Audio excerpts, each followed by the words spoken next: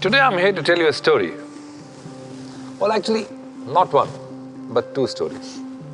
So naturally, we will need two storytellers.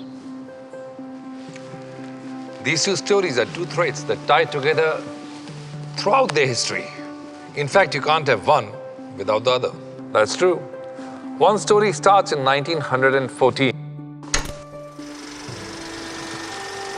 When a lawyer named Mohandas Karamchand Gandhi started his journey from South Africa for India. In the same year, another man was starting his own journey. Surab Bartley opened his first office of his new firm at 11 Beaubazar Street, Calcutta. As the independence movement was spreading, so was Surab's firm. When they opened their Rangoon office in 1916, a few years later, Birla Brothers appointed the firm to work with them. This period was also the birth of Indian enterprise in the 20th century. And as Indian industry started taking off, the firm was with them. One of their foreign clients was Bata's Lindsay Street store, the first Bata operation in India. In 1924, the gateway of India was coming up in Mumbai. Surab was also coming up in the world. He was elected the president of the Indian Institute of Professional Accountants. Soon he also inducted two partners, Victor Vikaji and Meenu Davar, who would help him take the firms to new heights. In the late 1930s, while the freedom movement was charting out a legacy for all Indians, Surab Bartley retired. But his legacy was such that the firm continued to bear his name. In 1939, the Second World War broke out. These were terrible, terrible times. And with the attack by the Japanese on Burma, the Rangoon office had to be closed down. As the war raged on and reached the doorsteps of Calcutta, the firm stayed with its clients. It was during these tumultuous times that, on a chance train journey from Calcutta to Delhi, Victor Vikaji had a conversation on tax with a fellow traveler, who turned out to be the chief accountant of the Standard Vacuum Oil Company, the global oil major and now known as ExxonMobil. This chance meeting soon developed into a professional relationship. This also laid the foundation of an enduring relationship with Standard Vacuum's US-based auditors Arthur Young & Company, who would later merge with Ernst & Vinnie to become Ernst & Young. In 1949, when independent India was still in its infancy, a need to regulate the chartered accountancy profession was felt. Which is when the Institute of Chartered Accountants of India, or ICAI, the premier body to regulate the profession in India, was set up. The firm's influence is evident from the fact that it has given this institution three presidents: Peshi Narilwala, Amal Chakrabarti, and Rahul Roy. It's the 1950s now. The railway steam coal collieries were consolidated into a new company called the National Coal Development Corporation Limited. The firm was appointed to work with them. And then it made another significant contribution to commerce. When appointed as valuers by the Government of India in a landmark case which firmly established the firm's expertise in financial and accounting matters.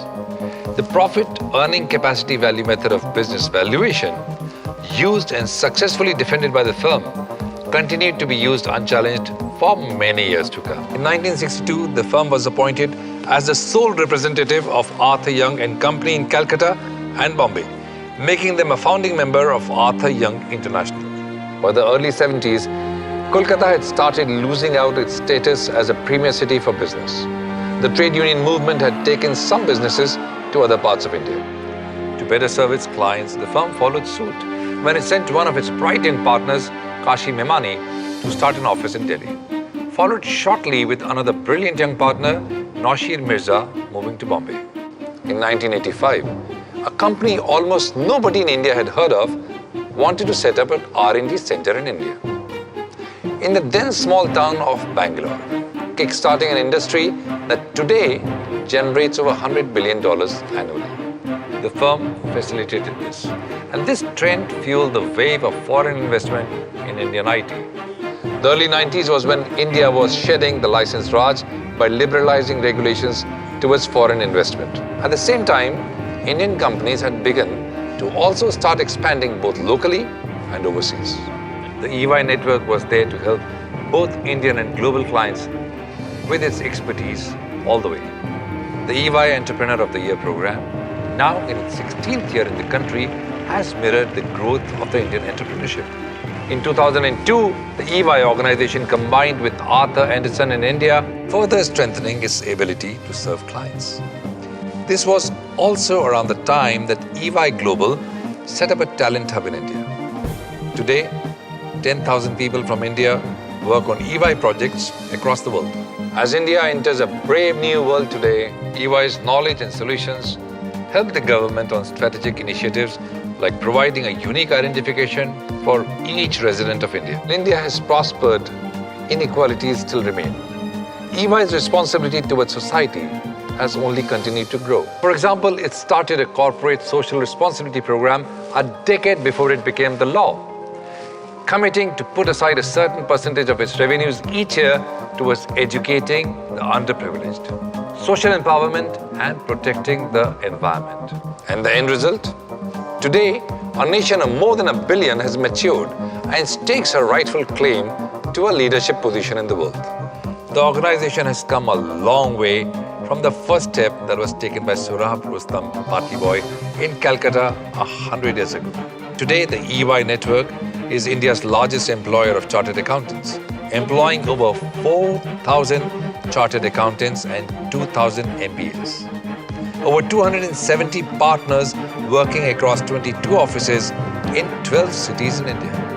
It has been a century of excellence, of trust, of support, and a strong spirit of partnership with the firm's clients and its many thousands of people.